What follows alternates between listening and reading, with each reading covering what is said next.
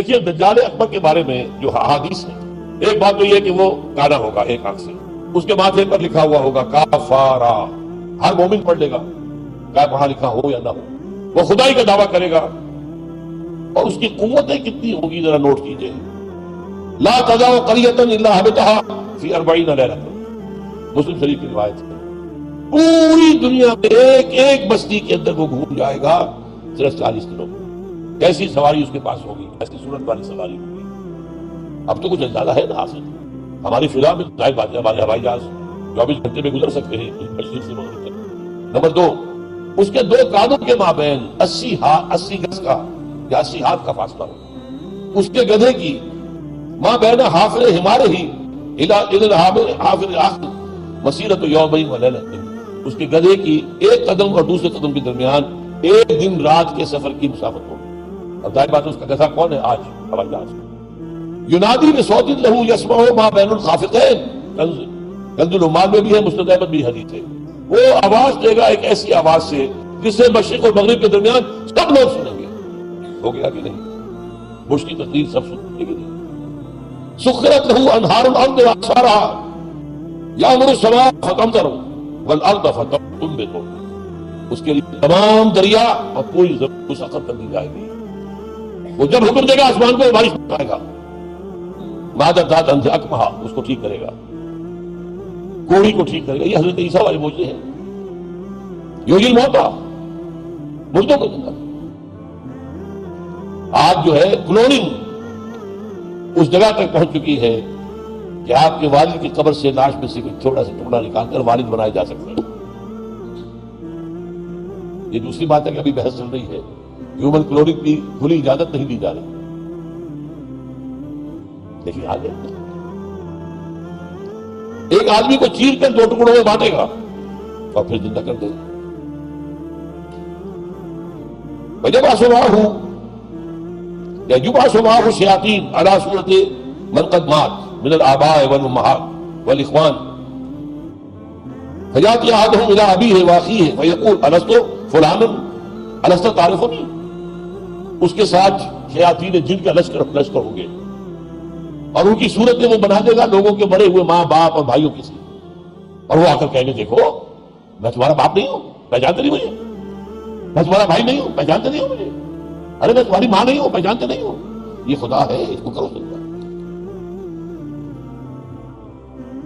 عام کفر و الحاد.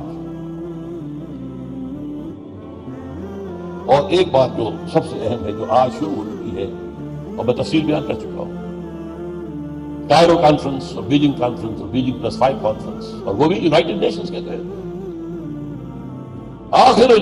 آخر میں یخرج الیہ النساء، آخر میں جو اس کی پیروی کے لیے نکلے گی گھروں سے وہ عورتیں ہوں.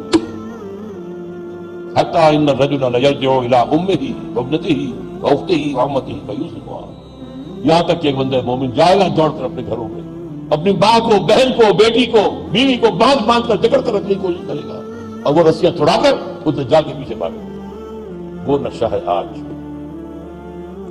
ایک حکم پر یہ شیطان مشرف جو ہے ہمارے ہاں 30% سیٹیں سب عورتوں کے لیے مقرر کر دو. بھائی امریکہ تک میں نہیں ہے تو ان کی پیروی کر رہے ہو، وہاں بھی نہیں ہے. ہم ان سے بڑھ کر ان کے مقاصد کی تکمیل میں ان سے آگے جا رہے ہیں.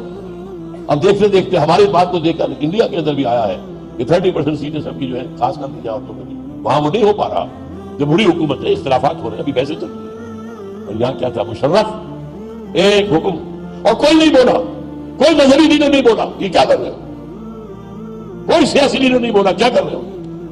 ان کی گھٹی میں سیاست پڑ چکی ہے. خطرہ یہ تھا کہ ہم نے اگر ایسی کوئی بات کی تو الیکشن پوسٹ پون کر دے گا، اور الیکشن بنا ہوا تھا عام طور. بہرحال یہ دجالیت جو ہے دجال اکبر کی آنا ہے. یہ ہوگا کون؟ اس میں احادیث کے اندر اختلاف ہے. ایک واقعہ یہ بھی ملتا ہے کہ حضور ہی کے زمانے میں یہودیوں میں ایک بچہ پیدا ہوا ابن سیاد. وہ بڑا غیر معمولی قسم کی صلاحیت اس میں تھی. وہ اپنی پیٹھ کے پیچھے سے بھی دیکھتا تھا. وہ سوتا تھا تو اس کا دل نہیں سوتا تھا. وہ پوری طریقے سے اس کے حواس جو ہیں وہ بیدار رہتے تھے. تو حضور نے اس کے کچھ حالات وغیرہ کا باقاعدہ مشاہدہ کیا، یہ سوچتے ہوئے کہ شاید یہی دجال بن جائے. حضرت عمر نے کہا بھی کہ آپ مجھے حکم دیں میں اس کی گردن اڑا دوں؟ فرمایا نہیں، اگر تو یہ وہ ہے تو اسے قتل کریں گے عیسیٰ ابن مریم، تم قتل کرنے والے نہیں ہو، اور اگر یہ وہ نہیں ہے تو خام خواہ ناحق خون کا جو ہے تمہارے اوپر الزام آ جائے۔ پھر ایک صحابی رضی اللہ تعالیٰ عنہ تمیم داری، وہ عیسائی تھے، اسلام لائے تھے، وہ کسی بحری سفر پر گئے تو طوفان جو ہے ان کے جہاز کو لے کر ادھر ادھر کئی ایک مہینے تک، اس سے بھی زیادہ، بہت ادھر لے گئی، ادھر لے گئی، ادھر لے گئی، حتیٰ کہ ایک جزیرے پہ جا کے ان کو اترنا ہو گیا، اور کوئی نہیں تھا، غیر آباد۔ اندر کچھ گئے تو انہیں ایک عجیب سی مخلوق نظر آئی، جساسا، کہ نہ اس کا پتہ چلتا تھا منہ کدھر ہے دم کدھر ہے۔ اس نے کہا تم کیا کرنے آئے ہو؟ دیکھو فلاں صومعہ ہے، ذرا ادھر جاؤ، گھنا جنگل ہے، وہاں جو ہے ایک صومعہ ہے، چرچ ہے، اس میں ایک آدمی تمہارا انتظار کر رہا، جاؤ۔ وہاں گئے تو دیکھا کہ بہت طویل ہے، بہت لمبا چوڑا، رسیوں میں اور چینز کے اندر جکڑا ہوا انسان، انسانی شکل، اور اس سے پھر مکالمہ ہوا، کچھ سوالات کیے، کیا بحیرہ گلیلی میں پانی ہے؟ کہاں ہے؟ اچھا، ایک وقت آئے گا کہ پانی نہیں رہے گا، حضرت عیسیٰ علیہ السلام کی آمد کے بعد جب یاجوج ماجوج آئیں گے تو سارا پانی پی جائے گا، کوئی قطرہ نہیں بچے گا۔ اس طرح کئی سوالات کیے، اور پھر اس نے غالباً یہ کہا کہ میں دجال ہوں، مجھے ابھی اللہ نے گرفتار کیا ہوا ہے، پھر اب وقت آئے گا مجھے چھوڑے گا۔ ایک روایت یہ ہے، جب حضرت آئے تمیم داری تو حضور نے پھر اعلان عام کرایا، مسلمانوں کو جمع کرایا، اور انہیں یہ سارا تمیم داری کا واقعہ سنایا۔ دیکھیے تو اب یہ کہ اس کے بارے میں یقین کے ساتھ فیصلہ کرنا کہ وہ کون ہوگا، میرا گمان یہ ہے کہ وہ وہی ہے جو ابھی اس صومعہ میں قید ہے، لیکن وہ کوئی جن ہے، انسان نہیں۔ عزازیل جو شیطان لعین ہے، اس کا کوئی بڑا جنرل ہے، جو کہ آخری وقت میں آخری امتحان کے لیے انسانوں کے اللہ تعالیٰ کی طرف سے اس کو چھوٹ دی جائے گی، اور یہ ہوگا حضرت عیسیٰ علیہ السلام کا جو حکومت کا دور ہے 40 برس اس کے آخر، اور اسے بھی پھر حضرت عیسیٰ علیہ السلام ہی قتل کریں۔ لیکن اس سے پہلے یہ ہے کہ اتنی بڑی ہوا چل چکی ہوگی کفر اور الحاد کی، اور جو ہے زوال آ چکا ہوگا، کہ پھر حضرت عیسیٰ کا انتقال ہونے کے بعد کچھ ہی عرصے کے بعد اللہ تعالیٰ ایک خاص ہوا بھیجے گا کہ جن کے دل میں بھی ایمان ہے ان کی جانیں بڑی آسانی سے سہولت سے نکل جائیں۔